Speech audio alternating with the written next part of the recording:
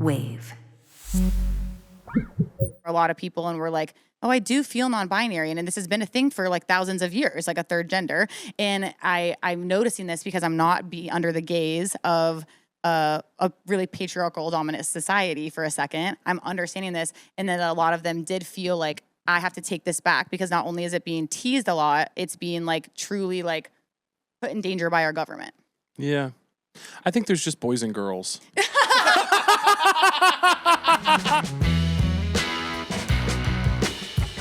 Are we rolling? Oh, She's like, Of course we're rolling, Holmes. that's you going to the club the other day. What? When you brought us in somewhere really, really long and I'd never seen it. You hate this. But You were, yeah. Don't, You were really I had weird never about seen this. it. You're like. People have no idea what you're talking about. Do you want to explain? Yes. Well, so I get in from filming Overcompensating season 2. Caleb was so fucking sweet. Not usual for him looking at the camera. Just kidding. Oh, there it is. He was waiting at my hotel with like a bunch of sweets and weed. It really meant the world to me. And then I was like, I just want to stay in the hotel forever. I just want to lay down. And then at 11 p.m., I had a second wind. The whole day you were like, I'm not leaving the hotel. We're not doing anything tonight. Don't plan on it. I was like, okay, we won't do anything tonight. I knew it. He did this new technique because normally you did a new technique. I'm finding new trickery and ways around Holmes's boundaries. It actually worked really, really well. It was crazy because I really felt like I had gotten past you, kind of tricking me in new little sneak ways. And I was like, new technique, and he kept being like, I don't know what you are calling this new technique. And you were like, they're like, I'm setting a hard boundary. My energy is such that I can't go out tonight. I'm not leaving the hotel. I was like, sounds good. We'll sit in the hotel. Yeah. He was like, we'll be in the hotel. He was like, I don't even want to go dancing really. Not worries. But then you would have a teeny one. Yes. And so then all of a sudden 11 p.m. strikes. Well, and what and you happens? did something really, really sneaky too, which is what kind of weed did you bring me? A perfect sativa, literally. Uppers. So I have a little sativa, and then all of a sudden I'm like, weed. I'm like, I have to take a shower, and then all of a sudden I come out, Aiden and Caleb are there. I go, let's go dancing. And we had a second wind, huge, but it was the last weekend of Pride. And so it's funny because I'm like telling them the story. It's the last weekend of Pride. And so we try to go dancing. And first we go to a beauty bar and it's like there's a huge line outside the dance floor. It's like so crowded. There's no way. There's a line to get on the dance floor that's like metered by a security guard. I was like, what happened to New York City? Wait, but then do you remember what happened? Sorry. We were like, there was a screen and we're like, oh, that must be where people are dancing. But everyone was standing really, really still. And we're like, I guess not. And then all of a sudden it was. Yeah, there was a CCTV screen. We were like, that must be on the dance floor, but no one's moving. I wonder if it's frozen. And then immediately people started doing the YMCA. But they were like so jam-packed. So it was like, anyway, so then I was like, fuck, we might not be able to go dancing. We'll try one more place. And then we go there and it's like, the line is so long. And I'm thinking like, We'll bleep the name of the place. We'll bleep the name of the second place. Oh, bleep it, totally. Yeah. Bleep it. And then, bleep a couple things throughout. And then, I'm so happy to be here. Okay. And then basically, I was like, we won't be able to go. Let's just go eat or whatever. And then Caleb like makes eye contact from afar with like one of the bouncers and is like, puts up the number 3. And then all of a sudden we're walking in and I was like, I'm like soaking wet. This is fucking nuts. I had never been through anything like it. And then we had the best night ever and we danced till they closed down. We danced until they kicked us out. I needed it so bad. I remember one girl even came up and kind of hit on me and I like loved it, but then I didn't even want to kiss. I was like, thank you. And then I just and then I kept dancing. And Aiden was like, kiss her. And I was like, I don't want to even speak. It was just like a total dance night. It was magic. Aiden's like touching herself. She's like, kiss her. Yeah, Aiden's like, kiss her now. Kiss her. No, Aiden, I was actually fucked what we did to Aiden. Aiden came over in sweats because I told her we were going to be just at the hotel the whole night. You did that to Aiden. I know I did, but you were down for it too. I saw when you were like, are you not going to change? And Aiden was like, this is all I have. And you were like, it looks good. I mean, Aiden is like the most beautiful person in the world, so it's fine. She looked stunning in sweats. She just was really hot and uncomfortable. Well, she had like, I'd look over at her and it was like, she was sweating away I'd never seen. And she was like, it's kind of hot in here. And I was like, yeah, you're getting really hot, aren't you? Some water, yeah. Yeah. Then we got her some water and she headed home a little earlier than us. That is true. I wish she hadn't left. But then we went to the diner and I got a bacon grilled cheese. Yeah, and I snapped at a fan. I didn't snap. No, I didn't. You didn't snap at a fan, but it was really funny because a fan came over and was talking to us. Oh, and I was on the dance floor. I was like, what? On the dance floor when the fans were coming up to you. I had two drinks that night, and normally I'm not drinking very much anymore. And like fans would try to come up to Caleb while we're dancing. And hey, shout out, we love like everyone who supports obviously Caleb, but sometimes it's like we need boundaries. And Caleb said with my body, I would suddenly start to be dancing, just like blocking them. I would see someone trying to say hello to me, and they would be like, where this camera is, and then immediately Holmes's body would just come in between us. And Holmes would be like dancing like this. And I was like, you know what? Shout out. But we went to the diner, and this fan was drunk and being pretty obnoxious, and specifically made me laugh really hard because I was trying to just like end the interaction so we could go back to having our normal conversation because she was drunk. And then Holmes goes, we've been dancing, we're a little sweaty, and the girl goes, I can tell. Yeah. She like read me to Phil. I think it was me specifically. It was you specifically. I know because I laughed. I'm exhausted and stuff, and she was like, I know. I was like, I laughed so hard. I was like, don't interrupt her. And then Holmes was like, if that bitch comes back over here, I'm gonna tell her off. Here's the thing. Like, I have like truly probably like 1% of the fan base that Caleb has. One time I was like, Caleb, do you ever say no when someone asks for a photo? He was like, never have. And he was like, why do you? And I was like, half the time. So I just am not meant to have, you're a lot sweeter to them. I'm not mean to them. I just don't like to be disturbed in public. I don't like to be disturbed in public. I really am very grateful for anyone who supports comedy and the arts. It just is like, it's hard to know you're being watched. And I think I get defensive of you, but because I had 2 alcoholic drinks. I had a girl yesterday that I almost for real snapped on. I was on the phone standing on the street in Brooklyn. Okay. And she goes, from like 30 feet away. I didn't understand her. I go, what? She goes, I go, what? She walks closer and she goes, you're from YouTube. You do stuff with Brittany? And I go, yeah. And she goes, okay, hi. This is what and I was like, go away. Like in my head, I'm like, are you out of your fucking mind?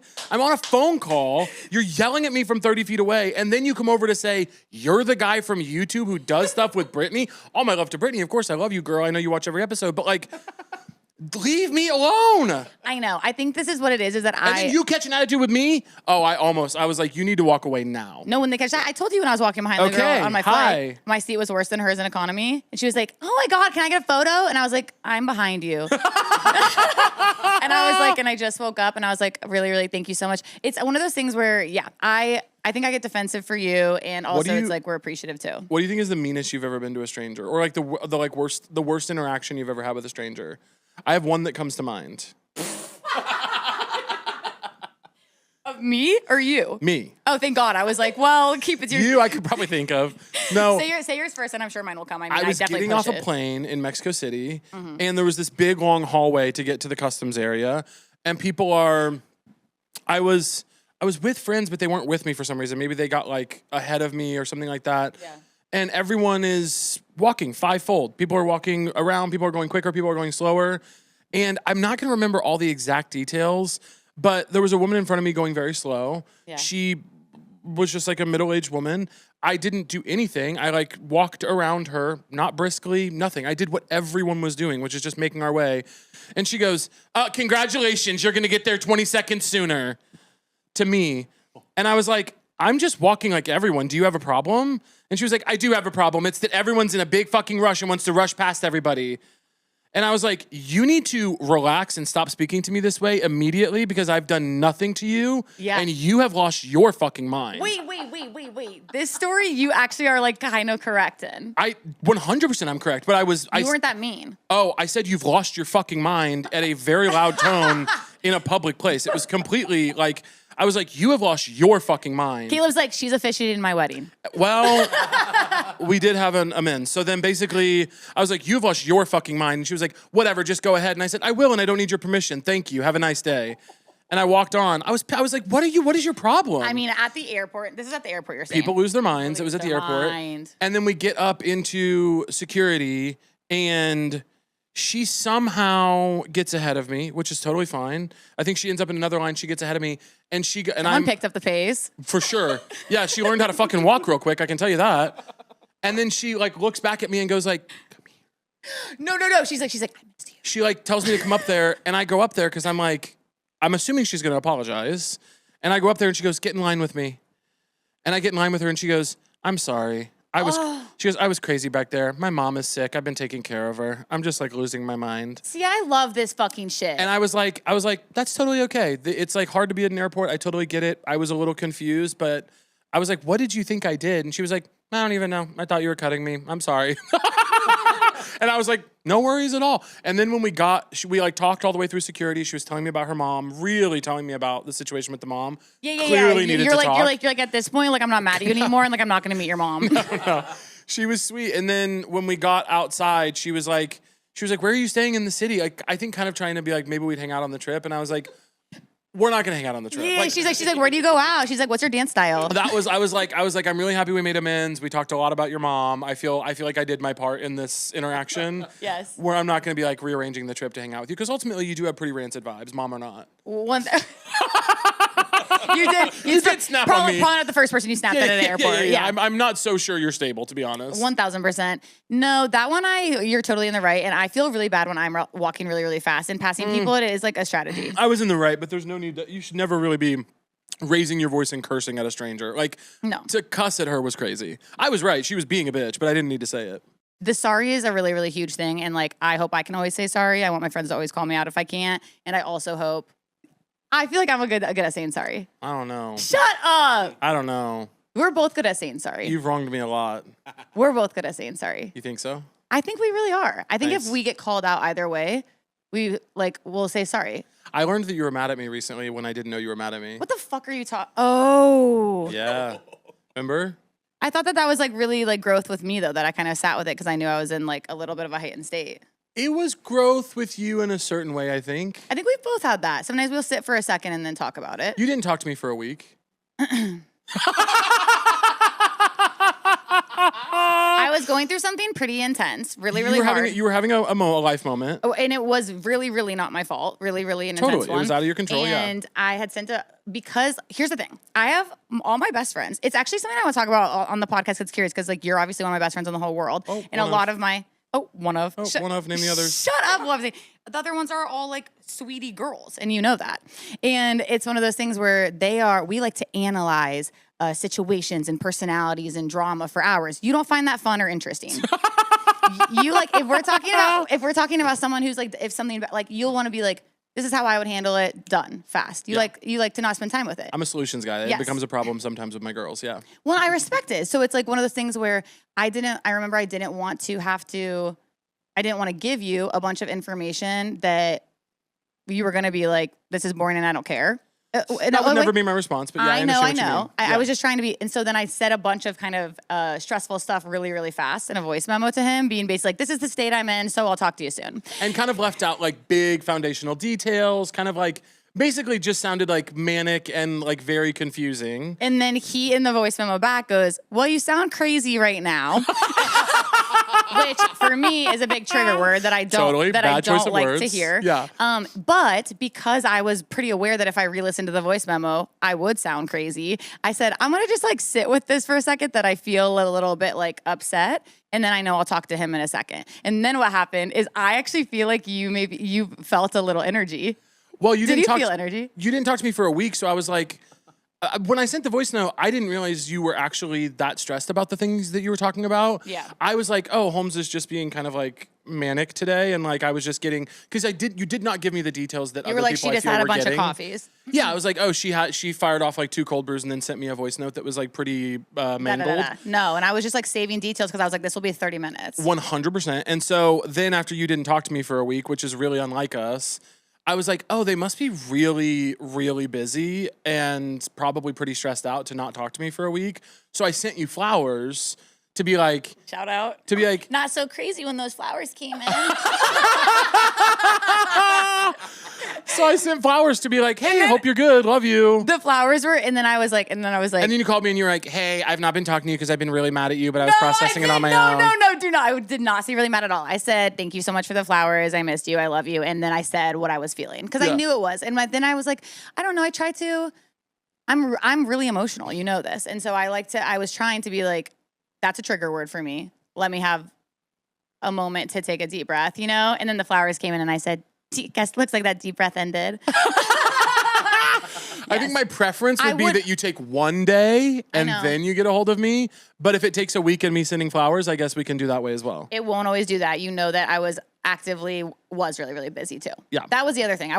There was no part of me that was And luckily I have nothing going on. You're busy all the time so I too. can sit around and just wonder. There was nothing at all that was me every night like, he called me crazy, how dare he? You know? It was much more that I was just like, we'll talk about this and I wanted to be on a phone call, you know? I feel like sometimes when I have misalignments and misunderstandings with my girls, I feel like a straight guy in a rom-com. Totally. Where I'm like, I didn't say you were crazy, I said you sounded crazy. Yeah. And to me, that is like a massive difference. But I understand that if I were in your shoes, it wouldn't feel that way. But I'm just like, to me, I have a hard time sometimes being like, well, no, I meant like the tone and the phonetics of the voice note sounded crazy. Not that you in the real life situation are legitimately out of touch with reality. It's also just a real thing that we have a ton of different types of close friends, like really, and they all communicate different. So sometimes we really will, like personally, I will be like, this is how I communicate with one person. All my morals and values are the same with all of them, but like how you communicate can be a little bit different. So I agree that it was more of me having to be like, he doesn't mean that you're crazy. You know what I mean? Sometimes I feel like you guys all communicate the same and then I'm the one who's different. Totally.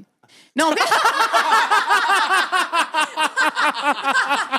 I don't think that's true at all, but I do think that a lot of us, you have chosen to be friends with a lot of really, really soft queer women. And I didn't choose it. It really found me. I really don't know that I would choose it. You love them and you did choose. And then you, of course, have Chance and Doyle who are like, you know, then all of a sudden we're hanging out. They're softer than you guys are.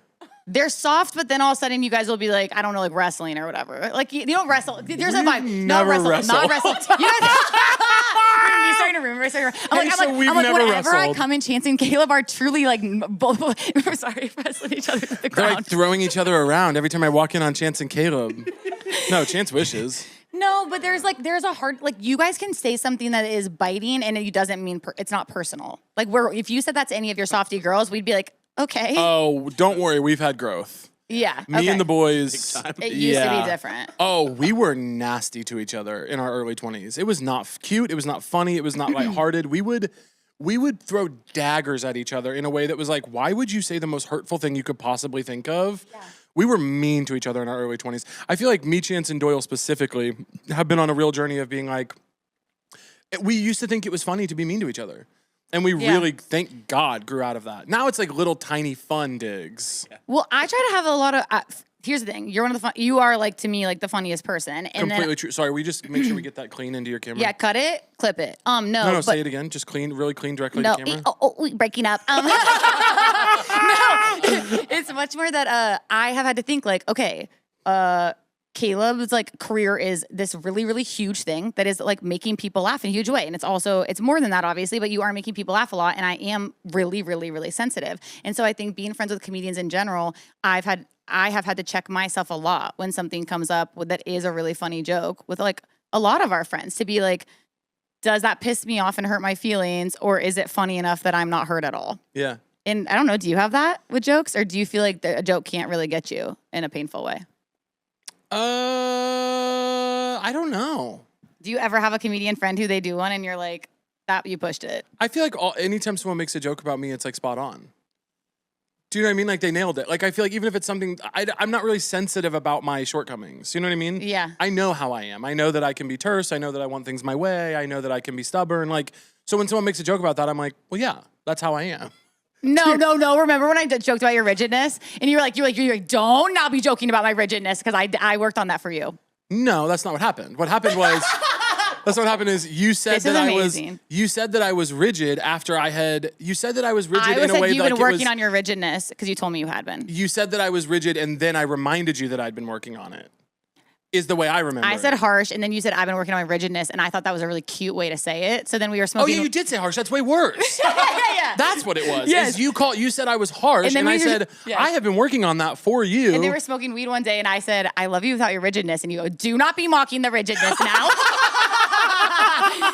It's very sweet. I think both of us work on the things that, I don't know, we just really care about our friendship. It makes me feel happy. I care about your friendship more than anything. I care about your friendship so much. I have a question for you. Ask me now. Which is that... And it better be good. Fingers fucking crossed.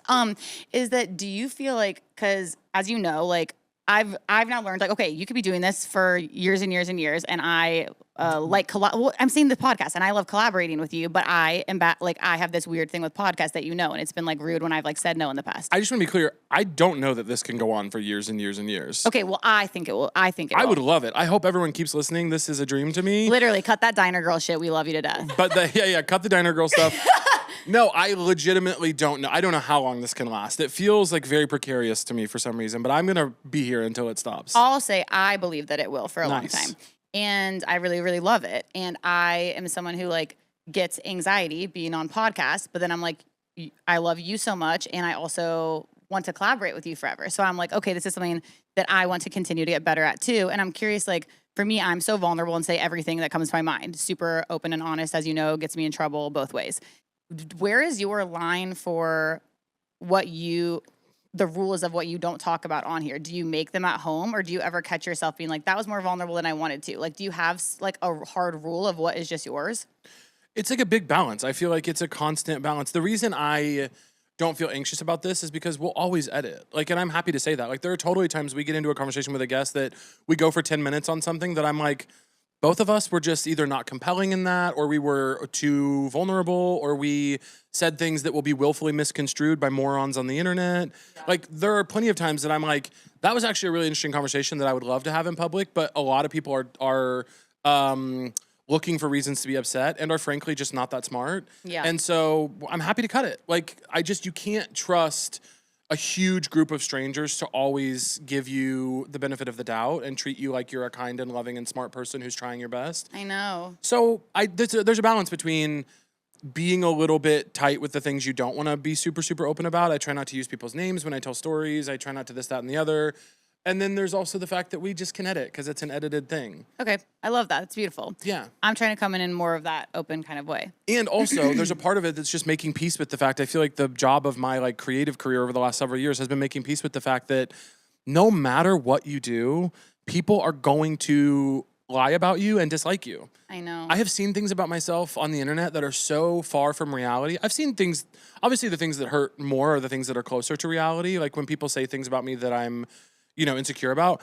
But I see people say things about me all the time. When I wore the Ice Out pin to the Devil Wears Prada premiere. And they flagged that shit so fast. I saw it and then immediately was taken down on all the apps, and you were saying like really good stuff. What do you mean? When someone asked you about it, yeah. And you were literally just like, yeah, it sucks that we're obviously paying for people to like literally hunt immigrants. And then it was really immediately, I saw like 100K likes, and then I went back on.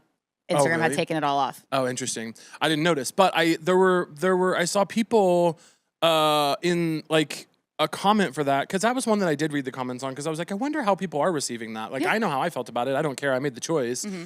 But there were not a small number of comments of people being like, another out of touch celebrity who does nothing to help but wears a pin and thinks they're doing something. And I'm like, that just, even if you hate me, isn't true. Like, that just is false. I even say in the video that I don't think wearing a pin is doing something. There are so many demonstrable examples of other stuff that I do. And so you're just like unwilling to look into this. You just want something to complain about, and you're a fucking moron.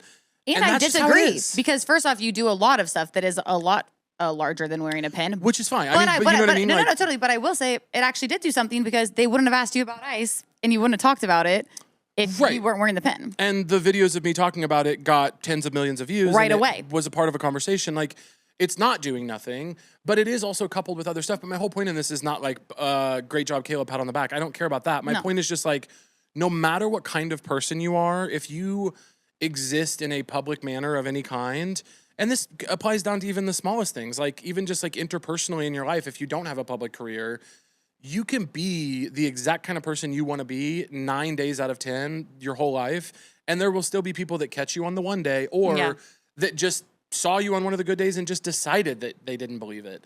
And you just can't worry about it. I know. I have, I'm just really, really impressed with how you handle it. And it's definitely my thing that I want to and will continue to work on with, like, I don't want to be on the internet that much, you know that, but I want to do your podcast because I love you and I love this podcast. And so I want to be more okay. Like, yeah, like, when people getting a bunch of people seeing you in one type of way, and then knowing like on another day I'm in a different mood, and just knowing like no one will ever really, really know me except the people in my life. But this is still exactly who know me. Well, and beyond that, I think for all of us, like as human beings, like people who aren't, fucking comedians or podcasters or whatever, like people listening to this who, don't have like big followings on the internet or something. Good for you. Most Great. people, yeah. Awesome. Seriously, celebrate. Celebrate. Have fun with it. Yeah. I do love it. I love my job. I love my life. I'm so happy with it. But I think for all of us, like, the things that I think about all the time are like, when you ask like really old people the things they regret, the two things they say are, I wish I would have worked less, and I wish I would have cared less what other people thought.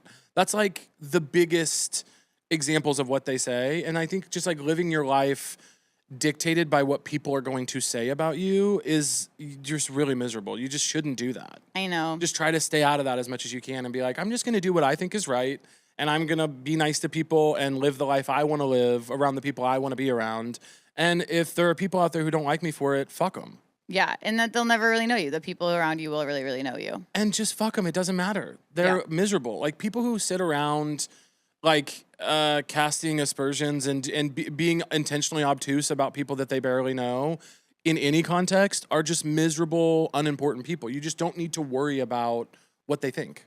I know. You got to do your thing. I know. I felt like two things during that. When you were talking, first off, I said, God, some of the old people I know are so scary because they were not saying the right lessons. Really, some of the old people were like, high school is your glory days. And I was like, that's not true. That was 80 years ago for you. Uh-oh. Super scary. Yeah. And then also the thing that I really thought about was like, it makes me so sad that when people don't care or try at all to make the world a better place, like 0-0, no one throws shade. For the most part, they don't get that much shade about that. Where I watch my friends who actually do actively try to like care the most and do like action-based care, not just like speaking out, which is still really important. And they really do get the most hate. So I think it's one of those things of like, yeah, don't let it make you stop, Yeah, when you choose a life of trying in any regard, then you're seen as somebody who's trying for something. And so then you're inherently vulnerable to the criticisms of people who know that you're trying something, as opposed to people who set up tension-free lives where nothing is expected of them. Yes. You can hit the mark every time when no one's expecting anything of you. You can always hit that mark. I love when people try.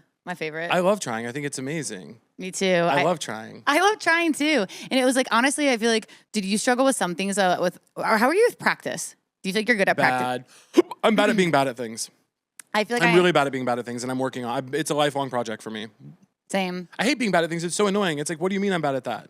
It's like, what are you fucking talking about? Let me do it. Let me do it right now. I know. I love it. And I want to be good at things right away. It's really, really hard, but I try. I'm trying anyway. I'm going to get a lot better at that too. I was really, really bad at practice, and then it'd be like, okay, I guess I'm bad at that. And then I was just like, I feel like you're good at practice. I would say for the past 4 years, it's been something that I've like really, really been like I was bad at auditions. I was like, okay, you have to practice. And then growing up, I wanted to play music, like instruments really, really badly. And my parents were like, you don't practice, and Candace does. And so then they were like, we're not paying for lessons. But I would just like want to go back to the lesson and be like, I did it again, Yeah. And I just think it always felt, practice felt really boring to me. And so I've had to learn a lot of ways to make it more exciting. Yeah. Practice is hard. But yeah, trying is beautiful and exciting and awesome. Trying's beautiful, exciting, and awesome. Okay, wait, I got one for you. What's your favorite body of water? Say 3 reasons why. No, it's really important. I'm going to skip that. Because I had one for you and I don't want to answer that. Sorry. No, I'm not answering that. No. I have a question for you. That's something you can try out. Just someone asks you a question? No. No, I'm not doing that. Next. Let's see if I say yes or no. No, let's find out. I'll think on the body of water, but before I answer that, I want you to think it's a lake. But I want to hear the 3 reasons why, because I'm it not a ties to beach guy. something. Lakes are better. But before I answer the water thing, I want to ask you, what do you think is the time that we've laughed the hardest together? Like really laughed the hardest? Well, one is a story that is something that's also hard. It's like there's so many that we can't say. One is that dude's name. When we were with Devin Walker, and we truly We can find a way to tell this though. There's just no way that it will be. It's not funny. We tried to do it once. I feel like we tried to tell it once. Oh one was my like God. One was. We laughed so fucking hard I at know, that. This sucks if you're listening to this. I'm sorry. The listeners, I'm so sorry. I know that's not a good Basically, one. let me try to tell this. It won't be funny to you guys, but I'm going to try to let you in anyway because I know what we just did was so annoying. I know. We were hanging out with a bunch of comics, and Holmes was basically saying that they were distressed because they felt like you had wronged this comic. You felt like you were on the bad side of this comic for some reason. There's so many details I can't do, but basically it was someone that I really, really loved, is close to someone who I thought was a loser. Yeah. And basically Holmes was like telling everyone at the table confidently, like, it just really sucks because like everybody knows this guy. And if we're on his bad side, like it would like really suck because everyone knows him. And literally then we were like, wait, who is it? And then Holmes said the name. It's a very funny name. And everyone at the table was like, yeah, Chance was there, and everyone at the table was like, what the fuck are you talking about? Nobody's ever heard of this guy. It just set off. And then we just kept saying his name and laughing until we cried. I thought I was going to throw up. We were laughing so hard. Because it just was one of those things that it was like, it really was like one of those ones that didn't even deserve this big of a bust, but it did something to us that was so visceral. And those are my favorite types of bust. The person's name was really funny. And then we also, I think, started laughing because we were like, If there is a room somewhere where people are just repeating our name and laughing until they cry, It's the meanest thing that could ever happen. It's the meanest thing that could ever happen. But we weren't actually being mean to him. We were actually kind of being mean to you. Fully. Like we were like, what are you talking about? Fully. And then we were being mean to ourselves because we were like, oh, this is actually not even funny. The fact that we're still laughing is stupid. And then we just kept crying. But that's when you laugh the most, is when you're like, this is dumb. Why are we doing this? I'm trying to think of like a physical one or whatever. What can you think of one? I mean, we bust all the time, but it's like, I do think it's, what is that one was like where we were really, really sobbing. It's funny because I try to think of this sometimes in general. Like I try to think like, what are the biggest laughs of my like last month or year or life? I remember after that, I looked around the table and I was like, because we really probably were 10 minutes. We're laughing. Like we were in a lot of physical pain. Yeah. And then I was like, how often do you guys get a laugh like this? And you were like, once a week. Yeah. And I remembered being like, that's amazing. Because I have periods of life where I'm like, it's been a second. And I definitely think even more with adulthood, like our time in high school and in also improv days, I was like, you know, crossing my legs to pee, laughing like all the time, where then like things do get a little more stressful and you're a little bit more like, it's like I still laugh all the time. And I think it's also that we're at comedy shit all the time. So like my whole relationship with laughter has changed with like what tickles it, you know? Yeah. But so it has to be almost something that can be so surprising and like random as fuck that gets it to be so heightened, you know? Because we see like the funniest people talk all the time. Yeah. So I'm laughing like ha ha a lot, but one where you're like sobbing. My mom growing up, one time my mom was driving growing up, and so my mom pees her pants when she laughs really hard. Shout out, really cute, vulnerable. And one time when I was growing up, I was sitting in the very back of our minivan, and she put on the brakes too hard, and I didn't have my seatbelt on, and I flew forward and I hit my like face. Like it was like pretty scary actually, but in her rear view mirror, she just saw me flying and she thought it was so funny. I was like fully hurt. I love your mom. I love your mom. I was truly like, she started laughing so hard that she had to pull over because she was like gonna piss. And I was just like truly like my eye was like shaking or whatever, you know what I mean? I mean, I was ultimately really okay and like I love her so much. But I just remember her pulling over like 3 times in my childhood to like pee laugh like that. And it was really, really like made my childhood a lot better. Yeah. Was Kelly a big laugher? My mom's a big laugher. My mom is she's not a hard laugh to get, but my mom is like Get a big one. She's discerning. Yeah. She's like, my mom is a fun person, so she'll like giggle at anything, but to get like a crazy big laugh out of my mom, it takes a little work. Yeah. It takes a little bit of work for sure. And that's why you're really good at it. Well, you're I think there's something to it. Yeah. I think there's definitely something to that. There's something to it. What was your last huge one that you had? My last huge laugh? This is fucked. I know. I can never remember them. This is the thing. I think about all, because I really do all the time have great, big, fun Me laughs. too. But I'm like, what is my most recent? It's that we're like, I'm holding them in a lot too, because it'll be like on a show or something. Like I'll be like, try not to break or try not to, I don't know. I really don't know. And I'm so sorry that I'm trying to think of more times with us even. We had in Chicago some really, really good ones around At What Cost. When we were running that show. We cry laugh about shit all the time. It is like, I'm like, is it because we're so busy or because I'm like smoking weed that I'm like, then they come and go. I feel like though our biggest laughs, always our biggest busts are not I feel like they're actually not smart humor normally. No, they're never from something that matters. It's always like, it'll be like a fucking noise or something. Wait, like that fucking gets me. Like, see, it will be like literally a noise or something fucking random. Like, oh my fucking God, I just thought of one. I just thought of one. Hope it's a good one. Okay, wait, this is one. So before I went to film season 2 of Over Commentating, I stayed, the sublet was up. And so I stayed at the Chelsea Hotel. And, I remember this era. I stayed at the Chelsea Hotel for like a couple nights, which by the way, really, really, really fun and beautiful, really haunted bathroom for sure. But it was Carly and you came over and then met up, bleep if that's not, I don't know. And then the three, we were all hanging out. And then what had happened is, this is so expensive. Like I don't have the money to pay for like the hotel was so expensive. It was like truly like basically paying rent for a couple days. Yeah. And I had earlier in the day when I just had Carly in and we were just chatting, a neighbor came over and she was like, she literally looked like a queen or something. Like she was like 107 and she was like, being loud, you know? And I was like, oh, I'm just talking to a friend. And like, I paid like $1,000 to do this, you know? And so I was like, okay. And that was just us talking earlier in the day. But then we all like smoke weed and hang out like later in the night. It's like 3 a.m. and we come back into my place and I'm like, you guys, we have to kind of whisper because she had got mad at me at like 3 p.m. Right. And then I forget how it came to it, but somehow we started talking about playing trumpet. And we all started picturing if all of a sudden, like, we're already whispering and being kind of noisy or whatever, and she's whatever, if that, and we know she's over there. We've been like laughing for like an hour, and we know she's already in bed, sort of like, wanting to come over. And then I brought up, I was like, I just pulled, like, if we after everything, I started playing a fucking trumpet right now. And then it got us so much. We were smoking, of course. But then we were sobbing because it was like, we already knew she was at her like last. She was just in bed waiting to come. And then we cried. And then I think we did like a 7-minute riff on like what else we could do in the room to make noise. Yeah, it was trumpet vibes. Yeah, and of course, the whole time we're like whispering.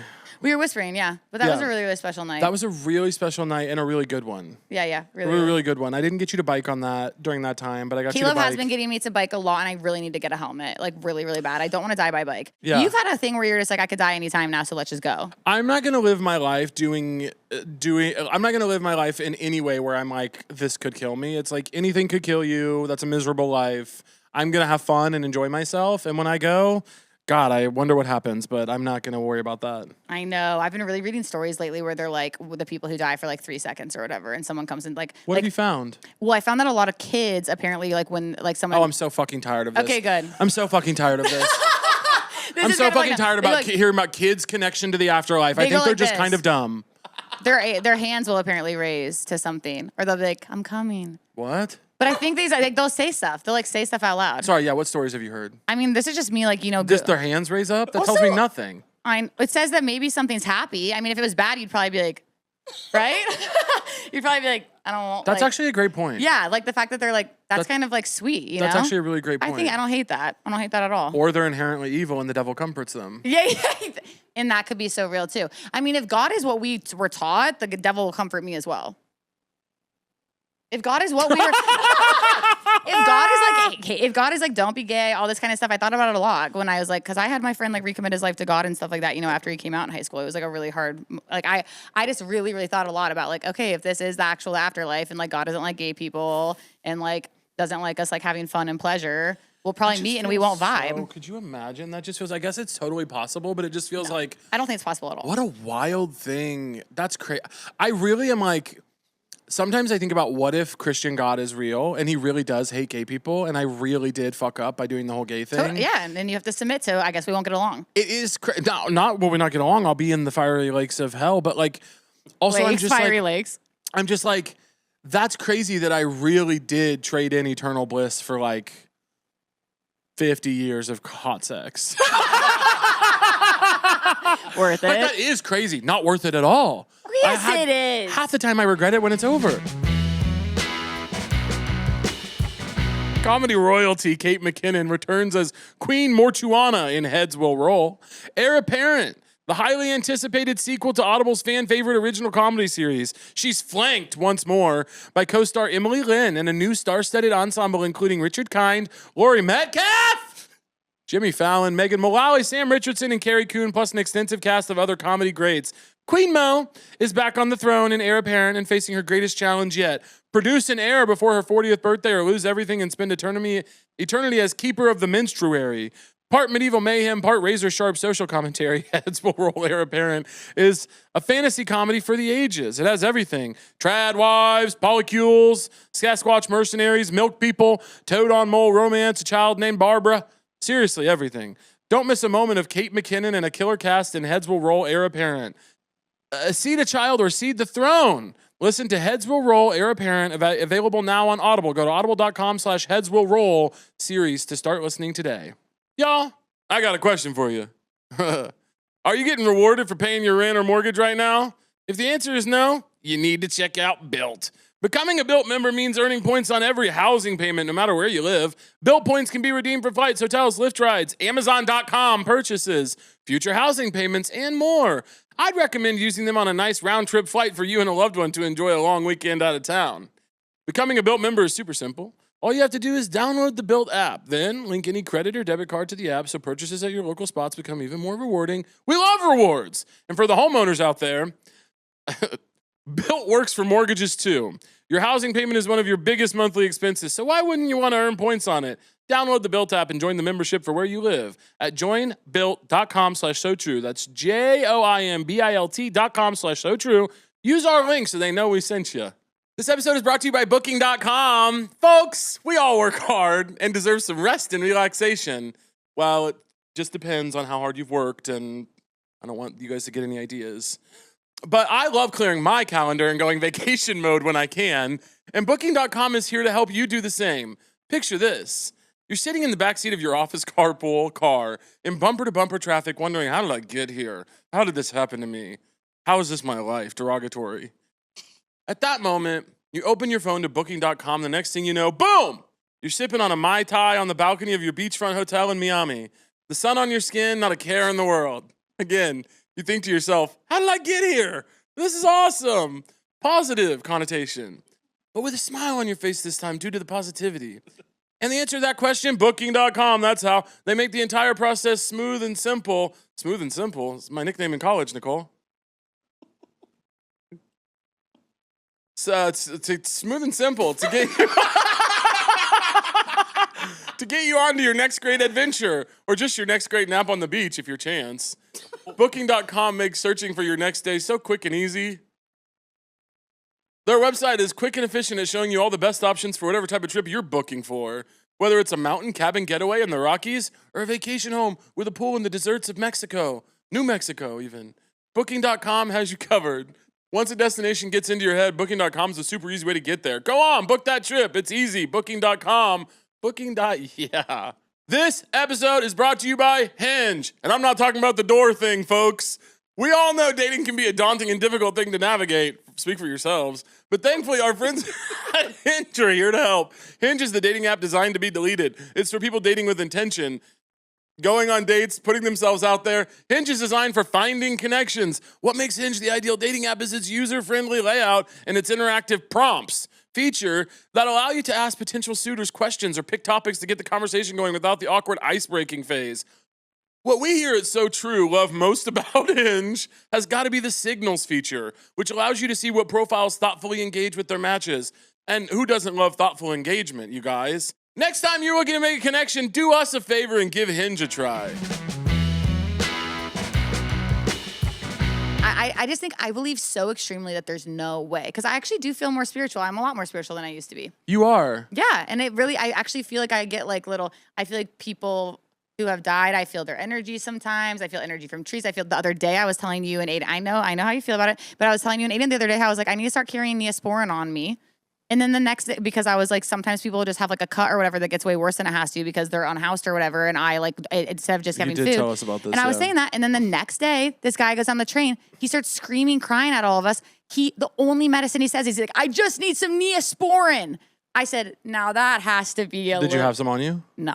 Okay. So that felt horrible. But you know what I did do? It's in my bag now. I went and bought some right after that because I was like, that was me ready to roast it. And sometimes I wonder if that's like a friend who died. Cold comfort for that guy, I'm sure. But well, I felt horrible. I wish I could find nice him. that you can help the next victim. No, I know. Of course, I felt horrible. I was like tearing up. You know what I mean? I was like, well, but I was just like, playing. well, because it's insane that we've gotten to a place in society that someone can be screaming, crying for help, and that all of us are like, if I helped every single person who did that, there would be no part of the day left. Yeah. It's like, that's fucking insane. Yeah, I don't know. There's just so many things to try and fix, you know? No, totally. If you really stopped all day long, I helped this woman cross the street the other day. It took us about 30 minutes to get across. You told me about this. Well, and then then she needed to get back across and you let someone else do it. I said we pass it forward. Yeah, we pay it forward. We pay it We forward. pass it on. We pass it on. What happens when we die, do you think? Heaven, hell? I think that I don't have an answer for it, but I just think that it will be like nice. Where are you at with God right now? I wish that he wasn't so tied to, look how I did that.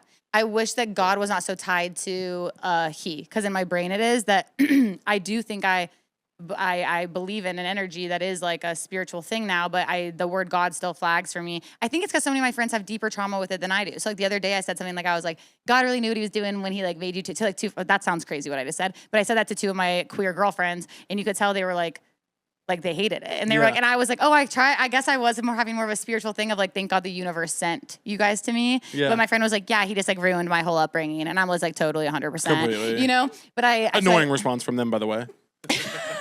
Like, yeah, we all have trauma. Be nice. Right. So I think that I believe in this large energy. I really, really do. I believe in the universe's energy. And I don't think it's doing all good, but I do think it's really trying to get us to, really in a big way. We talked this other night, if you think all people are inherently good or bad, and I thought that was really interesting how we kind of ended up agreeing at the end, is that we thought they were inherently good, but then right away they're like basically taught to be bad. Immediately corrupted by a world that has removed itself very, very intentionally and distantly from the way we're supposed to be living.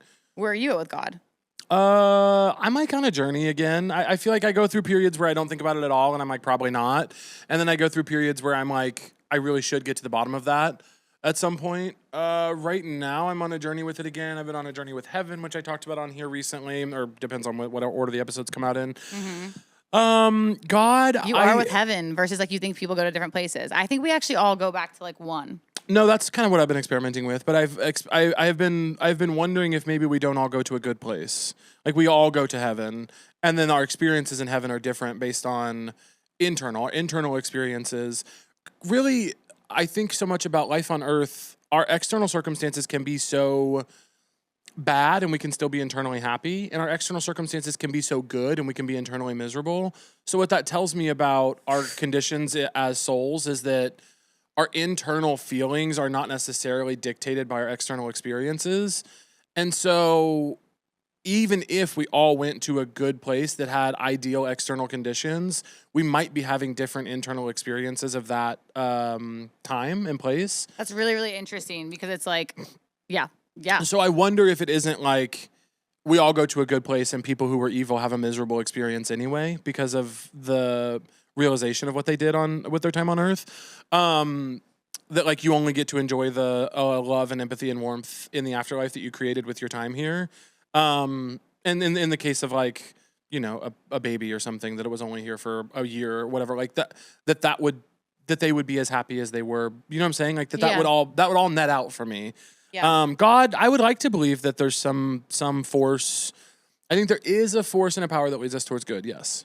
I don't know why it would be a person with a gender and a language and none of that makes sense to me. No, I don't think the gender, I don't think the person at all 000. And I also think I have no fucking idea, but I really don't think it's that one. And I think most of the time I just try to think about like, what are we going to do while we're here? And like, how do I really, really make them, this is what I do believe in. I do believe like I'm here.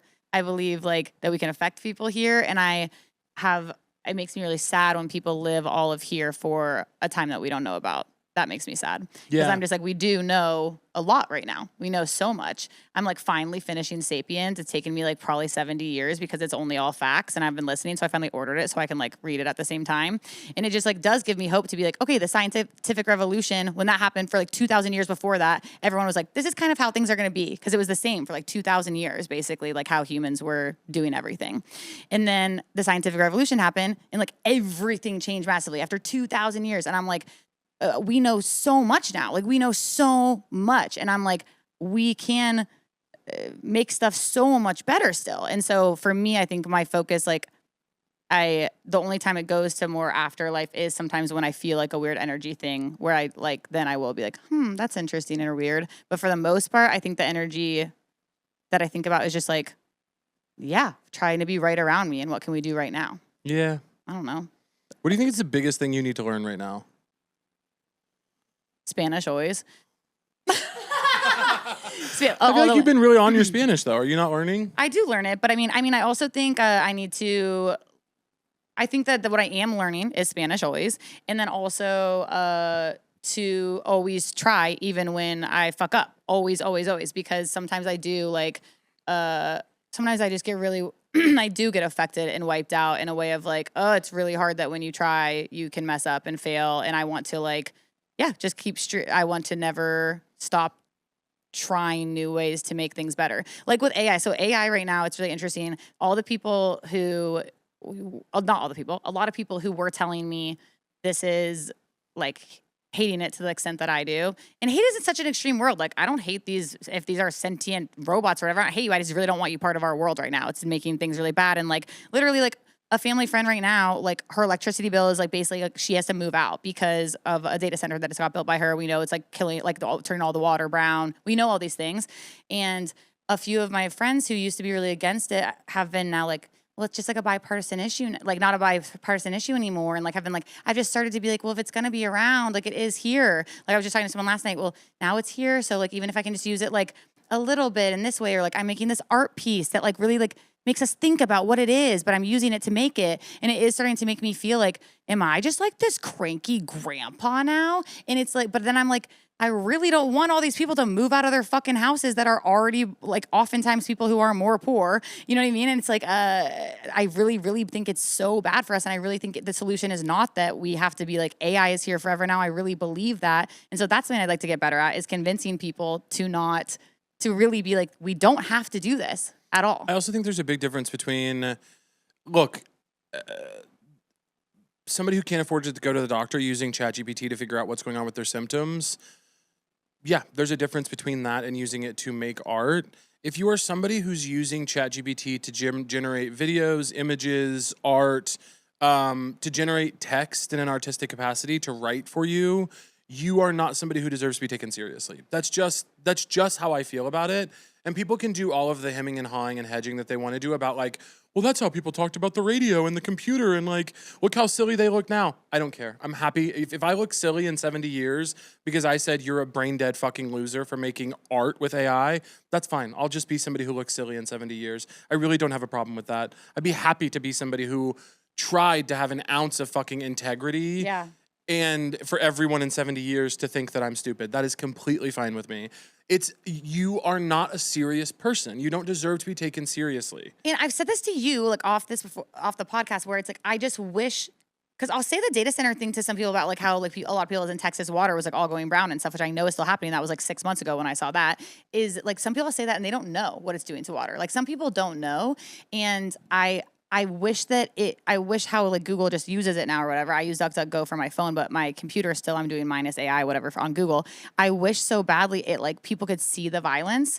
Like I wish there was like like how a cigarette package has like, this is what your lungs will look like, or like you can't fuck or whatever. I wish it was like, you know what I mean? Like every time you're just Google searching something and this just happens naturally, like this person is going to get out of their house. Because I think a lot of people, if they knew how violent it was, would never use it. But they don't. I think a lot of people actually are just so busy in their day-to-day life. And it's like this search engine I use my whole life is now changed to doing this. You also just don't need more ways to waste your time. Time is already so stolen and like wasted. You actually don't need to spend any amount of time for an image, an image of you in Sicily, like riding a surfboard. I know. And the waves are gold coins or whatever the fuck. Like whatever it is you're making on there, you have wasted your time, you've wasted water, you have... Pay your goofy ass friend to draw it. Pay your goofy friend to draw it, or don't have it. You don't need it. It doesn't make any sense. Look, it sounds like a cool photo. No, I do think it's like, yeah. Moms on Facebook, yeah. It's just really silly to me, especially young, intelligent, creative people being like, actually, I'm going to make an art piece that asks us to shut up. I have so much empathy for the people who don't understand how bad it is right now. Like I just got back to New York. I've been in Canada for 4 months, and I see like on the trains, I'm like, oh my God, since I got back, like every ad on the train is for this. Like I was like, they really are like shoveling it down. But yes, I agree. I'm like, right now, I'm like, we need to protect our attention and our time in a way that is like really, really sacred. And it definitely shouldn't be like getting to know a robot that doesn't know as much as your friend. Talking to it, yeah. I mean, that's Talking to it is, that one I judge probably the most. Man, I am so okay to be an idiot in 70 years. Dude, if talking to it I'm ready to be grandpa. is considered to be cool, I know. I cannot believe talking to it is nuts. Talking to it makes me feel really, really, really mad. When they're like, yeah, like getting to know her. Yeah, it's like, first off, she's not her. Second off, you don't know. Well, they're all girls to me. AI is all girls to me. Because they're stuck inside. God is a boy and AI is girls. Yeah, God is a boy and AI is girls. Because it's got all the answers. Exactly. And I'm a feminist. I'm an AI feminist. See, I saw it the other way totally. They're stuck in a prison. They can never move their body. They have no ownership over it. What'd you say? They have no ownership over their body. They're stuck inside. Yet still people will fuck them. It's sad. Anna's holding. I wanted it to be clear. Anna's holding her laugh. That would have been a big bust. But in this one, we'll say both are non-binary. Okay, God and AI. I'm not doing that. They're all non-binary. I'm not doing that. And for all the people on what's non-binary, going on with your gender? Awesome question. Let's get into it. I'm like, do we got time? You're like, Drum roll. You're like, awesome question. Yeah. I'm like, awesome question. I'm like. No, what's going on with my gender is that I feel non-binary, but I'm completely good with she or they pronouns. I'm really good with she. I feel close to girlhood in the sense that we experienced the same trauma growing up, so I feel very close to it, and I'm seen as girl a lot. The other day, someone from the back was like, "Sir," and I turned around and they're like, "Sorry," and I was like, "Thanks." It meant the world. Whoa.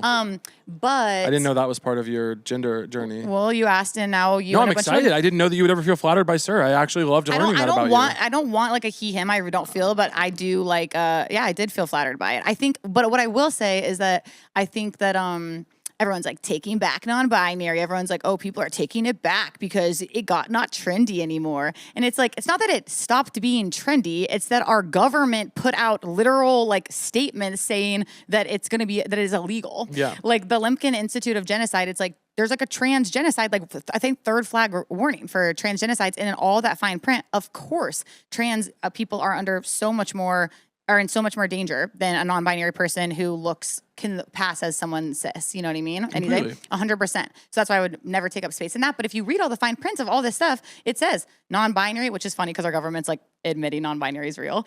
Right. They're like, we will catch all the non-binary fakers. It's like, wait. So I do think that it is like, oh, people are going back on this thing, not only because all of you started making fun of it a bunch, but also because our government is attacking it. So, all this to be said, I do wish that my gender could be something that was more for me and the people I know to really, you know what I mean, to care about, because it doesn't feel very important to me in a sense of like, I need to talk about it with hundreds of thousands of people, you know, but it does feel like I feel sad that the youth who had this moment in pandemic and stuff where they were getting to know their body more, a lot of people, and were like, oh, I do feel non-binary. And this has been a thing for like thousands of years, like a third gender. And I'm noticing this because I'm not under the gaze of a really patriarchal dominant society for a second. I'm understanding this. And then a lot of them did feel like I have to take this back because not only is it being teased a lot, it's being like truly like put in danger by our government. Yeah. I think there's just boys and girls.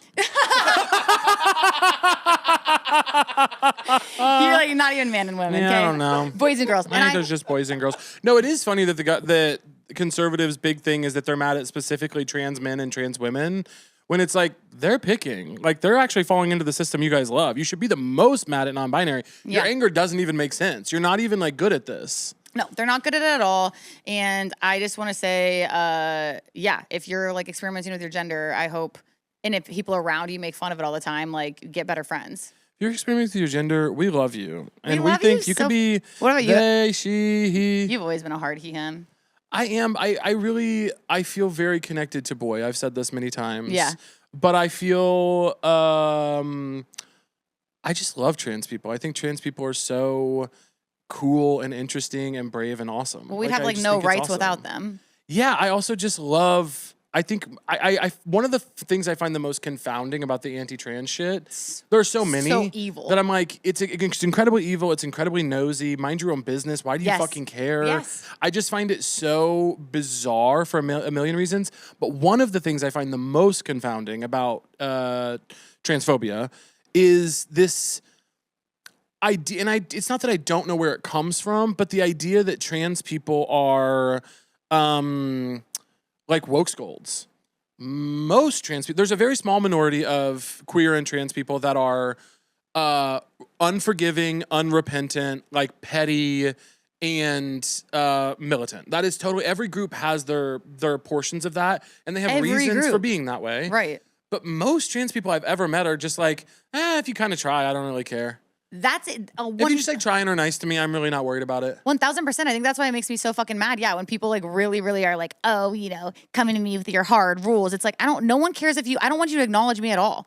Like I feel like a lot of trans people are like, don't even talk to me. I just feel like it's so wild that so many moderate Republicans I have known in my life are able to see that the psycho furthest right, like alt-right, Nazi, right-wing, intense militant people are not representative of their whole, can't see how that applies to other groups. They can't see how most trans people are not the like craziest, loudest, maddest, angriest trans people they've ever, like every group has extremes and poles and ends, but most people across every group are just like regular people that want to be left alone and get by. That's like true of most people across groups. Yes. And the fact that they're not able to see that just is so confusing to me. And that like you guys are really more obsessed with trans people than really anyone else at all. I think the thing that like makes me the most upset is that I'm like, it's just such a small part of the population. And when before I went to Canada, you were getting like texts from me in like a kind of intense state because I was like, we know in Kansas, they took away trans people's right to have a license. Yeah.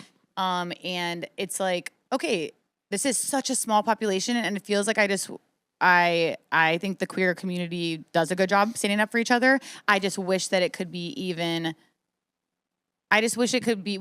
louder all the time about like, that's something I'd like to get better at is like figuring out how the fuck to protect all of my trans like siblings all the time. Like just like the trans people in my life because you've been doing a really bad job of it. Thank you. I don't have enough money to like pay for like, it's like there's so many layers of it. It's like, they're oppressed in the workplace. They're not hired for being trans all the time. Like, it's like, we had friends who had to come out as trans in Kansas who weren't out before. You know what I mean? Like, It's like, which I don't know if we cut or not, we're not saying names, but it's like, because of just like, am I going to lose my job now that I can't have a license?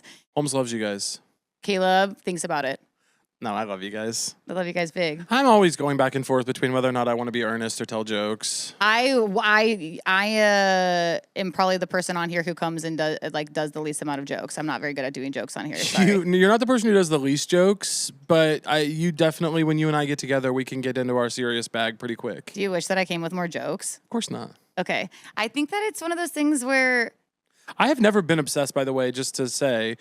I have said this many times in the podcast. I've never been obsessed with the idea of this being a comedy podcast. Yeah. I think it's most of the time funny. I have a great time, but I don't really care if we have sometimes guests come in and they bring like a really thoughtful, reflective energy. Sometimes I come in and am not capable of being silly. Like we're just people and we're talking and like it's gonna be whatever it's gonna be. We talked about this the other day, I feel like, but how it feels like if you're a comedian or a funny person and someone sees you not being funny or sees you being earnest, they're like, not funny. And it's like, oh, like comedians aren't funny all the time. That would be a psychopath. Yeah. You know, it feels important to me to, I don't know, have earnest conversation. I was reading all my childhood diaries. You guys got that insane text from me. And because my mom literally put into my storage unit without telling me the childhood memory boxes that she no longer wanted of mine. So then they showed up at my house. She was like, we don't have space. I love her so much. Shout out, Kath. And I went through a diary I had never gone through. And I was like, I thought I would sound stupid. And I was like, oh, the main difference is that I just sound really earnest. And I was like, as kids, we're like so earnest. And I do think growing up, it is kind of like that is a main thing that gets sort of put aside, especially for comedians. Yeah, play gets put aside a lot. But no, I think, I've never been obsessed with this being any one thing in particular. I don't care. I don't want it to be, this show is whatever I want it to be. And that feels great to me. Shout out. Something funny that did happen to me was, did I tell you when I got a flower for my date the other day and that she started wrapping it with paper that said love you? What? I was going on a date the other day and I was like, she was like running a little bit late. So I was like, I'll pick up a flower. So I went to like a store and I got a flower and there's a language barrier and she started wrapping it with like wrapping paper and it said love you. But it was a first date and I was like, not there yet. Nunca, nada, no. Yeah. I was like, no, como se dice no. Yeah. I was like, como se dice not there yet. And then she, como se dice nueva. Nueva relationship. Yeah. And then she like rewrapped it in a plain paper. But I was like, not me coming for a first date. I love you. I love you flower. Here's your I love you flower. Taking a flower to a first date is kind of funny. I know. I thought I was kind of trying on boy. That was kind of cute. Boys don't do that. Yeah, come on. Boys don't do that. Not anymore. You don't understand the state of our men and boys. I'll fart on them right away. Holmes. Chance is like, sometimes I open the door, rip ass on that girl. Don't make Chance like that. Okay, I'm sorry. He said he went, I thought, what do you think flower is, girl or gentleman? I thought it was kind of gentleman. Boys don't behave that way anymore. Men and boys have totally lost their touch. I did my huge shirt. I do a curtsy. You flower. Madame. Miss. It says I love you all over the flower. Yeah, it says I'm like you're stuck with me. She's like, holy fucking shit. You propose. I'm at a point in dating where I'm just being really, really upfront about everything. Yeah. I was messaging a guy the other day. We matched. My first message him after matching was, "Let's not mess around. What are your red flags?" What did he say? He was great. He told me his red flags. Were they scary? No, he hedged a little bit, and I said that. He was like, I kind of like. he's like, I'm opinionated and loud, and I was like, you hedged. Tell me the real ones. Oh, he's like, I'm hysterical to a fault. Yeah. He was like, what are yours? I was like, I'm really scared of commitment. He was like, good to know. I don't know if we're going on a date or not. You have to go on a date now. I'm just like, I have no more time to play games. I'm like, what? You're ready for kids. You have to get the kids soon. I'm not ready for kids right this moment. You need to be ready for kids when I am, because you're going to be the one doing it. I'll be a surrogate. I feel like you don't even talk to a lot of boys. I do. I talk to boys. I actually do. I talk to boys more and more because I'm starting to love more and more. Even when a boy's evil, I have this new thing where I go all to his friends around. I go, don't drop him. Stay friends with him. I need you guys too. That's what I've been telling him. What evil boy have you protected recently? I would never like name evil boys' names here, but I did. Like, I was having a moment with these two really young boys who I worked with recently who are really sweetie. And I was like, I feel like I have some girlfriends who they'll say publicly a lot, like, if you find out a guy in your group is a bad guy, you better drop him. He shouldn't be allowed around. Yeah. And I really, a big problem in general. Yeah. Yes. In which, like, I understand, like, he's your, like, you don't want to be in the same place as him, whatever. Totally. Get him out of here. 100%. I know. But everyone's like, everyone's kind of quietly giggling because of the number of times you've brought up, of course. And what do I say to that? You love. No, what do I say? I would love to never talk about again. Okay, so, but I was to them, I was like, if you have a guy being bad, more in like a way of just like, he's kind of a dick or whatever. I was like, in your friend group and he gets in trouble with people, don't drop him. I was like, please, like, try to fix and make him better and heal. Because the solution can't be what? We have all these guys who already sucked, all their friends dropped them. Great, can't wait to be their neighbor. Yeah, they're masked up and they're going to DC with the boys. They are, literally. They have 39 bad. days of training. Yeah, it's a fucking disaster. Yeah, we've got to, it's going to be uncomfortable and a lot of people aren't going to want to hear it. And we've been trying to have these conversations, but this like, fuck everybody who's ever done anything wrong. Let's isolate them until they die. They should never work again type of approach to society is clearly not working. It's not working. So we're going to have to figure something else out. So I'm on board with that. I'm on board with your analysis. We agreed. We always agree. You never said the lake thing, the 3 reasons. That had a real reason at the end. I'm not going to give you 3 reasons that I love a body of water. Fine, we'll do it. We'll do the game another time. I'll tell you my favorite body of water once I think of it. Lake Michigan. Lake Michigan, I love, because it's Chicago summer. Lake Michigan. I just love Lake Michigan. I love Lake Michigan. I love the Great Lakes. I enjoy Lake Michigan. I love lakes because you can hang out all day. Lakes are way better than the ocean, and it's not even close. I know. The ocean is totally scary and bizarre. The ocean is scary, scary, scary, scary. Too deep, goes on for too long. Do you have a fish you're really scared to see? Treacherous, the ones that have their own light on their head. The one that's like, ah! And it has like the. It has its own light from being too far down. Should have never known about him. Don't like that he exists. Did you learn about him from Finding Nemo? Also piranhas. No. Learned about him in science class. Piranhas, huge. Scary. Most things that Caleb learned in science class I got from Pixar. That's beautiful. Yeah. Piranhas. No, yeah, I don't like that either. Piranhas Jellyfish, are a no-go for why me. are you so cute if you hurt us? Crazy. Yeah, I don't like that. The ocean scares me too. The ocean's always scary. Lakes, on the other hand, what a gorgeous experience is the lake. The best ever. I love the lake. I know. I love the lake so much. You can hang out all day. You can... It still feels massive. You can hang out all day at the ocean, by the way. You can't really. When you're in there, because you have to be on guard all day. You can get into a deep talk while you're swimming in the ocean, right? You can kind of be like, you know, oh, do you have an eating disorder growing up? You know, where it's like in the ocean, that happens. Next thing you know, she's like, bulimia. You know what I mean? And you're like under, and it's like you can't talk about something real. You have to be on guard. Yeah. Unless you're on a surfboard. Like sitting or something. Yeah. But if you're just on, you have to be on. When's the last time you went in the ocean? You have to be more... For a dip. Last year. But you have to be more on guard when you're on a surfboard because then your legs are just dangling. If you're sitting on a surfboard, your legs are dangling and they're begging to be bitten. I'm more scared of the water than shark. I'm scared of it all. I'm scared of sharks, and I don't like the PR campaign that's been going on for them. It's like you have to piss them off. And when people have the audacity, punch them in the nose. Yeah. Oh, I would. Punch him in the nose. Like I'm underwater having the scariest moment of my life. I find its nose and then lock in to punch it. Yeah, you don't have a choice. You're going to die. You'll find the nose. You'll see me dead quick. No, Holmes, you'll find the nose and punch it. I guarantee when you get attacked by a shark, and I do see it for you, you're going to...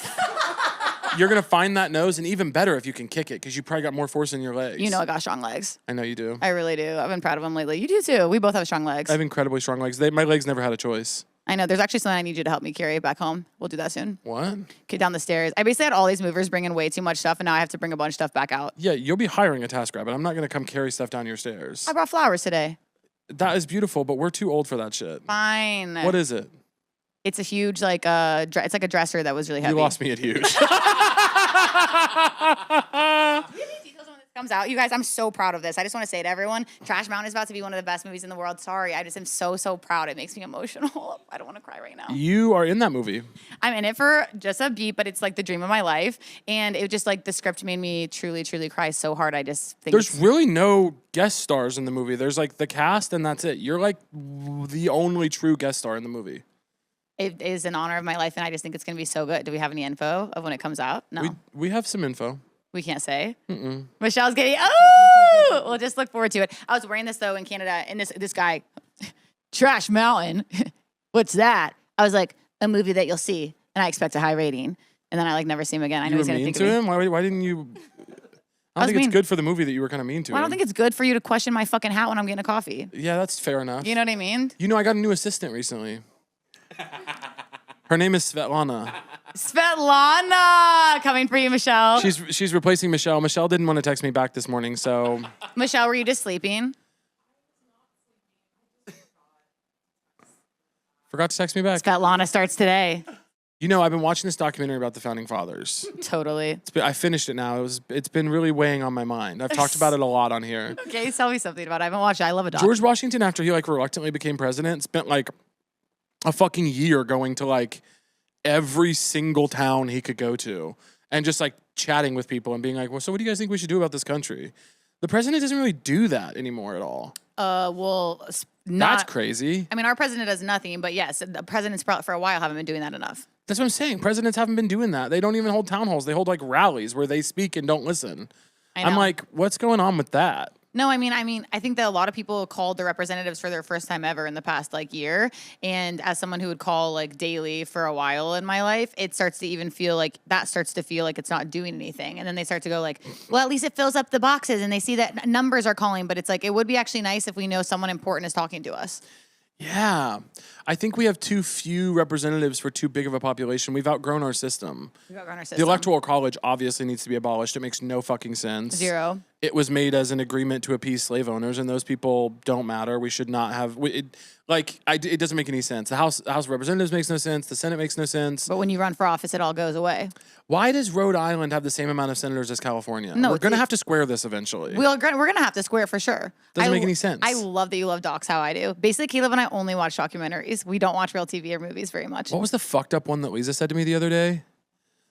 Well, you know what I did where I asked my favorite documentarian to get coffee because we had a similar amount of followers on Instagram. So I was like, who might answer? My favorite documentarian. Oh, nice. And it was one of those things where that's why you can't assign a number to people like that because we were in a similar spot where I was like, he might, but he didn't know what a super fan I was. So then it was like a really scary coffee for him, I think, because he's like Celine Dion to me, you know? And it was across from him and I was like vibrating. I was like, your work has just like changed me. And he was like, yeah, you could tell he was like, I thought he was going to get coffee with someone to talk. Like, oh. Yeah, he was like, fellow artist. And I was like, super fan, you're Celine Dion. And then I was like, you shouldn't be able to just like message. You're saying he's Celine Dion He to you is really is Celine cracking Dion me up. to me. That's really funny to me. Well, I just like think a good documentarian is the best thing ever. I really, it's my favorite. What would you make a documentary about right now if you had $1 million? It's really like hard because there's things that I think are the most urgent. And then I'm also thinking about like I mean, honestly, I would probably make it about, I would try to make it about people obviously who don't have their stories shared. I would try to make it about, like Casey tenants and like tenant unions. Oh, fun. That'd be a good one. But I remember I talked to Tara about that once and I was like, I've had a bunch of people try to make a documentary about you. And she was like, yeah. And it made me laugh really hard where I was just like, she doesn't want to do that. She doesn't want that to be. But it's like, I think to me, meeting Tara and learning about Casey tenants and tenant unions in general had this thing where I was like, there was just so many people trying without succeeding that I'd experienced. And I was like really needing hope. And to me, she's such a doer. And so I like documentaries where I finish them. I love a documentary where you're always going to feel sad for a documentary for the most part.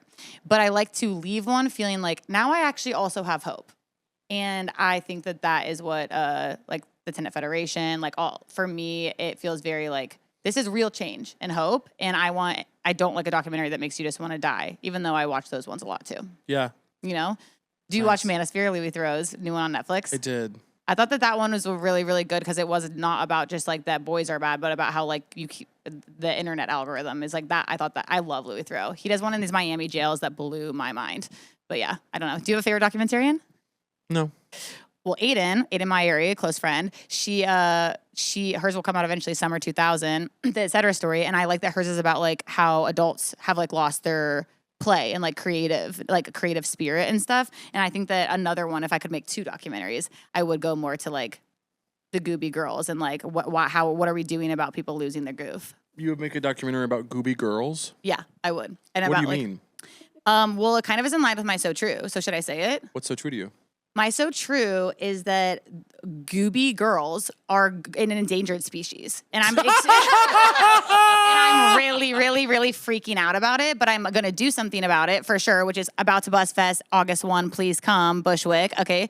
And so I'll say that more, but I really, really am worried about this. I feel like because of the internet, because of our government, because of a million reasons, we are losing goober girls. I'm talking about like, I think like the internet has made the younger generation scared to embarrass themselves in a huge way. Totally. Like I was talking to this Gen Z girl the other day. I was like, well, you know that one girl who'd always like fart growing up to make everyone laugh? And she was like, no. And I was like, what?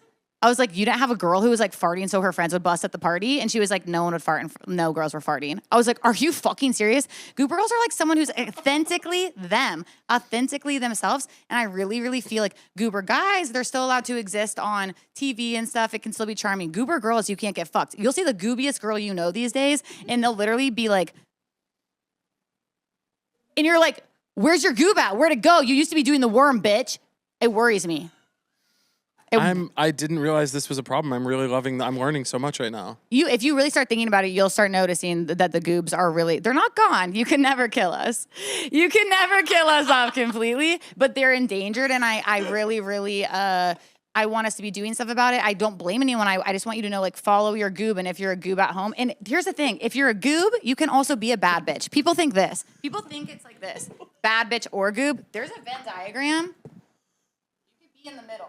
You can be a bad bitch and a goob in a real way. I'm really getting concerned for it because I think without goobs, like, how are we going to fix all this if there's no silliness? If there's no silly, there's no goob, no play. So if there's a young girl listening right now, how does she follow her goob? Let's say you have a feeling in your brain that you want to make a silly noise, but everyone would be like, why'd you do that? Let it out. I'm so dead serious. Like gooby girls, you know, you're doing gibberish. I'm like, Zubana. It's like that. Sometimes it needs to come out. Let's play for once, you know? Oh, I have a little dance move. Gooby girls, they dance how they really want to dance. What do we have now? That's a gooby girl holding back. I could sob. It really devastates me. And so I'm just like, and I really understand how it happened. Capitalism, it does not like the gooby girl. The algorithm hates the gooby girl. When you're stressed about money, that's very hard for the gooby girl, of course. You're like, how could I possibly be silly? My kids don't have enough money for a lunchbox. You know, it's like a lot of things. I know a lot of things are attacking the gooby girl, but I'm here to really be like, I will never let you die. And just like, and if you do act silly or goob and the people around you are sort of like, run. Because you surround yourself with gooby girls. They're afraid of their goob. You surround yourself with goobs. You're a goob. You're a goob and a bad bitch. I think I'm only a goob. Yes. And I am, it's specifically why I'm putting on a comedy festival on August 1st for real. Because I was just like, what do I do about this? And I was like, I just want a day where we get to all be together and have joy and be around other goobs, because Your comedy festival has upset me. I just don't understand why no boys. I didn't even realize. You didn't do that on purpose? I genuinely was just thinking like, who are the funniest people I know? And I just like made the line up. Well, that's not true. I wasn't asked. Wait, this is super uncomfortable. Are you gonna come? I mean, it depends. I'll comp you. Sorry, You can come the second year. Maybe I'll ask you to be on it the second year. I really will. No, I know you're so funny. You make me laugh so fucking hard. No, it's just you said that you asked the funniest people you know, and my name never even crossed your mind for your Goob Fest. I'm really, really like I feel embarrassed. I feel like I just maybe like I guess I knew the need for gooby girls and non-binary people was maybe stronger or something, or maybe you weren't letting your goob out enough. Who's all on the lineup? We have. Well, it's actually funny because not all, like I would say there's probably like 2 on there who aren't goobs, but it's because their goob has been broken down, but they're still really funny and their goob's gonna come out the day of. Okay. Some goobs who have been on the pod. Lisa. Not funnier than me. Next name. Joe Sunday. Not funnier than me. I think one other one's on the pod. Mary Beth Barone. Not funnier than me. You've never had Asha on the pod. Asha Ward. No, I love Asha. Not funnier than me. She's funny as fuck. She's so funny. Can't hold a candle to me. Isn't Grace Kulenschmidt on the lineup? Grace Kulenschmidt. Grace Kulenschmidt couldn't hold my sneakers. Molly Carney. Molly Carney, not funnier than me. You want to come this year and next year you'll be on the festival? Yeah. Huge. I'll be there. But that's what I'm doing. No, I love all those people. That sounds like a blast. I'll be earnest. I love the festival. I'm excited about it. I love the festival. I'm excited about it. And I also feel I get scared. I do get nervous hosting, but then I always remember how important it is to like do stuff. And you've always been a big inspiration with me as a doer. Not inspiring enough to get an ask though, huh? No, I really am planning to be there. I'm really excited about it. I think it's really fucking awesome that you're doing it. If Katie doesn't have her baby right then, I'll be there. Yeah, and if Katie does, you have to go be if an Katie uncle. has her baby, I have to go to baby, I think. Well, I think babies really help people get in touch with their goob, so that's going to be really exciting for them. Well, and if it turns out to be a girl, maybe I can give the message when I get there. I can grab the baby at the hospital and say, be goob. Yeah, by the ear. Goob, follow your goob. I'm worried about you losing it. They kick you out. They're like, he was whispering to her a lot when you weren't in the room. Yeah, he was really talking to her in a way that we don't like. Do you feel you feel in touch with your goober? I think so. Time to time. It's a balance. I don't always feel goober. Do you feel like when we first started being more on the internet that it was stolen for a second? I'm not thinking that. I'm actually genuinely asking. What'd you say? Like if it got stolen for a second. I think sometimes when you're massively, like when you're perceived by a mass is when I see a lot of people's goob get snatched. But yours is, I do think you have yours. No, I don't think that happened. I think that, I think if anything, I just wanted to explore different things. I think I was originally like doing character videos and being very silly, and I liked all of that, and then I got tired of it. Totally. I got tired of that particular form of expression, but I still have that in my life. No, you're still totally have goob. Yeah. Yeah, and being a goob doesn't mean you can be serious. Being a goob is just being authentically yourself. Well, there are people that are authentically themselves that aren't goobs, though. If you really go super authentic yourself, though, I don't know, dude. Sometimes there are some people that are just like accountants that are just not gooby, and they're being authentic. I dated an accountant, and during the workday, she was an accountant. When we got home, she was like, "Meow, meow." You know what I mean? All of a sudden, some gooby stuff was really coming about. Okay, it's not to say that everybody who's an accountant can't be a goob. I'm just saying, do you disagree that there are some people that are completely authentically themselves that have no goob in them? I think the case is still out. No, it's not. Because I'm settled. I'm really thinking about this. I'm really thinking about this in a real way because to me, there's a huge chapter of like goob girls, the one who's like so much fun that it can be scary sometimes where you're like at a sleepover and you're like, she has a knife and she's being funny, but she might hurt us, you know? Those ones exist. Yeah. But then there are really, I do think that a lot of people who have zero goob, I do think it's because they have been made so intensely to make sure that they do everything exactly. I love you and I love your heart and mind. I just think disagree. some people are boring. I think some people are not gooby or silly. Some people are just literally, they're just not that silly or interesting. And that is completely okay. You're like, some people are boring and they're ugly and they don't relate to anyone, and that can be beautiful.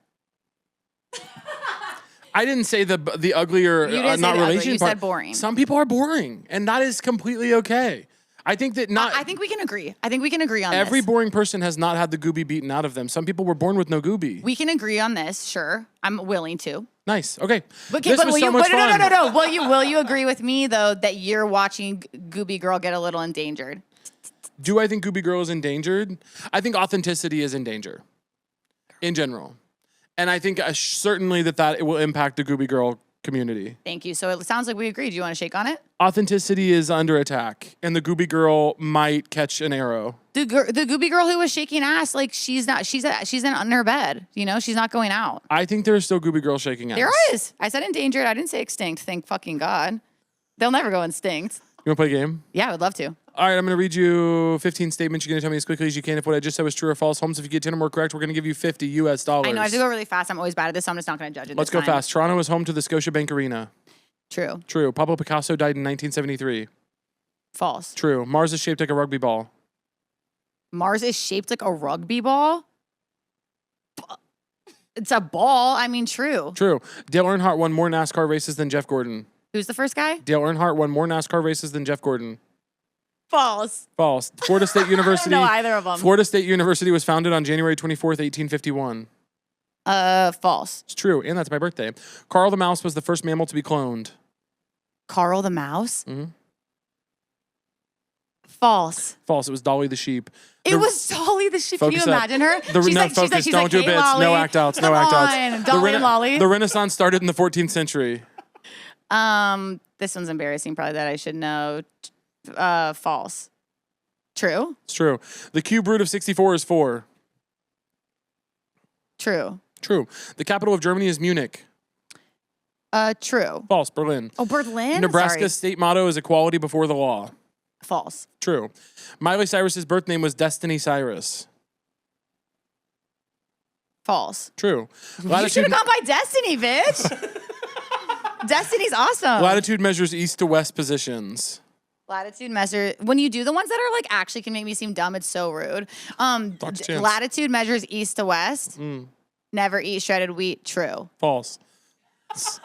Longitude. Is it longitude up and down and latitude's this? Longitude is east to west. Infinity is a number.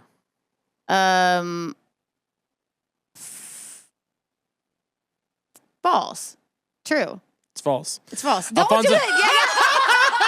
Yeah. Alfonso Ribeiro won Dancing with the Stars. It means nothing to me. False. True. Windy City Heroes closed permanently in 2021. Oh. False, I hope. Say it. What's your answer? False. False. They're still open. Okay. How'd they do? A strong 7. No, really, really bad. One of my worst. There was only one I'm embarrassed about, the Renaissance one. Otherwise, I stand. Nebraska, for a motto, you're not doing very good at it. Hey, say that. Get him. Nebraska. I love you so much. Thanks for doing it. I love you bigger than the whole world. Thanks for having me. I love you more than anything. I asked this time. You what? I asked. You did ask to come on. Because yeah. Stop. Don't bring up past drama. We got a big fight about that. No, we didn't. We've never had a huge fight. Have we not? No. I don't think we will. Till it gets physical. Oh, whoa. Destiny Cyrus walks in. Destiny walks in. Tell people, plug what you want to plug. We got to get out of here. What I want to plug is August 1st. Come to About to Bust Fest. You can go to abouttobust.com. Doors at 3. Show starts at 3:30. It ends at like hard 9 p.m. It's going to be a day of truly everyone on this festival has made me bust, laugh so hard. And I'm also going on tour in the fall, homesick tour to all the states I've ever lived in. And also keep listening to the podcast. I love Caleb and So True.